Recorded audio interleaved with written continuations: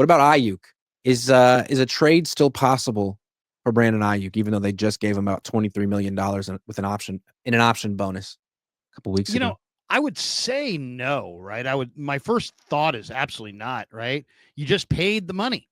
But then when you think about it, wait a second, does that money that was paid by the Niners make Aiyuk more attractive or less attractive to prospective teams? It might make it less attractive to the Niners to move off of him because they just cut a big check. Yeah. But if they really do want to move him, I would imagine paying that bonus, not having the other team inherit it, probably that's probably something the other teams probably like. Fox Sports mentioned this. It was a guy named Ralph Vacchiano. I think he was just writing an article and he wanted to say, hey, there could be a lot of vets traded, and he threw Aiyuk out there. He admitted in the article it's not likely, but it will be interesting to see if somebody came knocking with the Niners. What would the Niners actually take? Would they pull the trigger? I don't think so, but how severe are their financial issues? Yeah, I feel like this is a sunk cost fallacy, classic example. Just because you paid him $23 million 2 weeks ago doesn't mean you should keep him around and pay him more in the future. Like if the relationship is broken beyond repair, if you know you want to move on, if he's not part of the future, if the plan is to trade him next year, then you should be open to trade him now. Who cares that you just wrote him a check? If you get a good offer now, then trade him now. What are you waiting for? I mean, I'm with you on this. It seems like he's probably not going to be on the team next year. So he's on the clock right now. Well, and the other thing is you have to build this team as if he's not going to play. I think if you really realistically want to be a good team, you got to go find another receiver, because you're not winning the Super Bowl or contending for the Super Bowl with the receivers you have. You're going to have to. Now, you don't necessarily want to invest a high pick in a receiver. I get that. I think the most interesting part of this draft, Grant, is going to be when the Niners pick comes up at the top of round 2, at 43, because from what I can tell, when you get to that 43 mark, there's a lot of really intriguing offensive players that really could help the 49ers.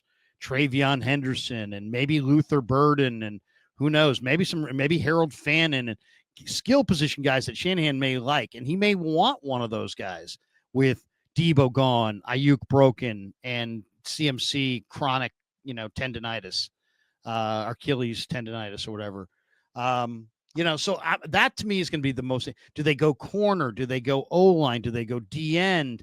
There's been talk about Oladejo from UCLA in round 2. Is that too early for him? So I think that second round pick is going to be super intriguing, because they're in a great spot right there. Almost all the mocks I've seen have first guys that are mocked as first round picks falling into their lap right there in the 40s, and it'll be interesting to see if they go for need or go play at best player available there.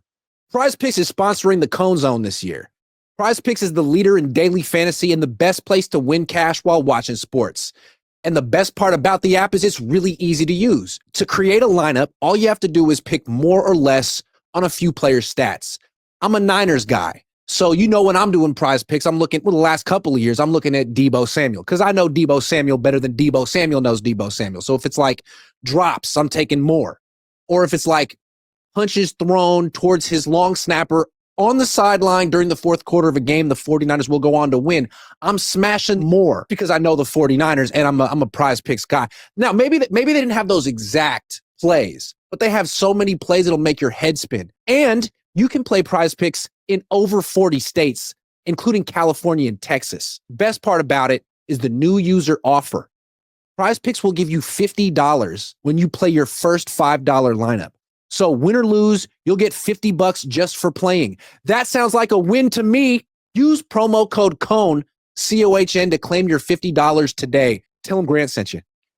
You could argue that the Niners should wait before trading Aiyuk, that you've paid him already, and if you wait and he comes back and plays 6 games, whatever, and looks good for some of them, then you could trade him for a lot.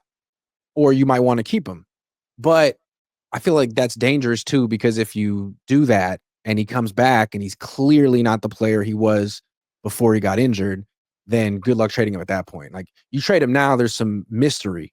Like when the Niners traded Trey Lance and no one really knew what he was, and they got a 4th round pick when the Bears got a 6th round pick for Justin Fields just because everyone had seen him struggle for so long. Maybe you trade him now. Yeah. Yeah, I mean, if you believe the player's taken off, then you don't trade him. His value's low. But there's always people like, well, you wouldn't trade him now. His value's low. Well, for all you know, it's going back up, but it may go lower. So if the value is going to go even further down, then maybe moving him is the right move. So we'll see. I mean, it's interesting because even if they move him, they still need a receiver. So it's kind of they're in a weird pickle, and it's like. Then the other question is people are like, well, he looked good dancing at his wedding. And, he's probably going to be ready in the first half of the year.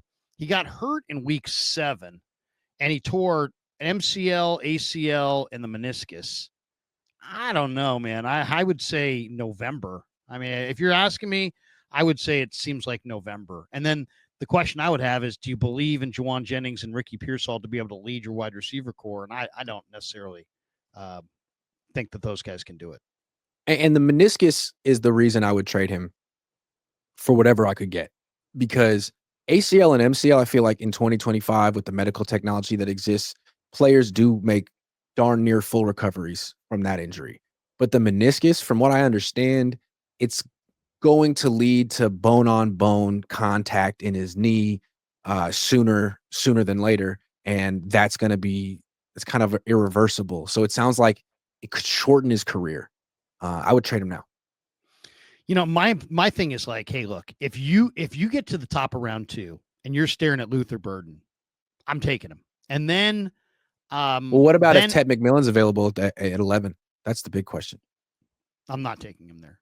How come? I like other players more at 11, but I've heard a lot that Burden's going to fall to the top of round 2. And if he was there, him and Trey Harris at the top of round 2, to me, are the most intriguing receivers that are there. If those guys are there, I'd be tempted to take one of them and then, maybe dial around to see, is there somebody willing to give you anything for Aiyuk? Because if you really are about getting out of the money, once you find the replacement receiver, you could move on at that point and get whatever you could get. I mean, I'd be willing to take a little bit of a less deal to save that money if I'm the Niners, knowing that amount of money could be $90 million or $85 million. It's a sizable amount of money.